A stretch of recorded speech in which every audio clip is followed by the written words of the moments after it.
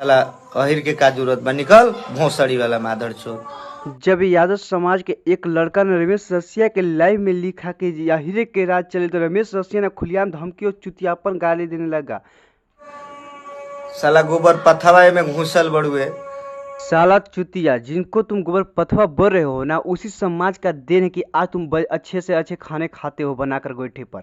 और रही बात पूजा पाठ की, तो पूजा पाठ भी गोबर से ही किया जाता है। तुम्हें इतना भी बिस्तर में तुम्हें ज्ञान भी नहीं है।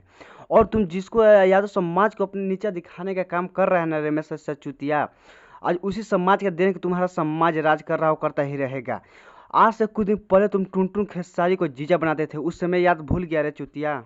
फिर से रेलाई हमरा स्टार्ट करे के पड़ी का? मतलब अस्थिर बानी तो कुछ भी। साला चुतिया रिलाई, अब तू क्या करेगा रे? जितना तुमको करना था कर दिया। आज तुम्हारा जो पूरा यादव समाज गाली दे रहा है ना, तो आज कैसे तू बौखला गए? तुम्हारा औकात दिखा दिया गया है यादव समाज के द्वारा।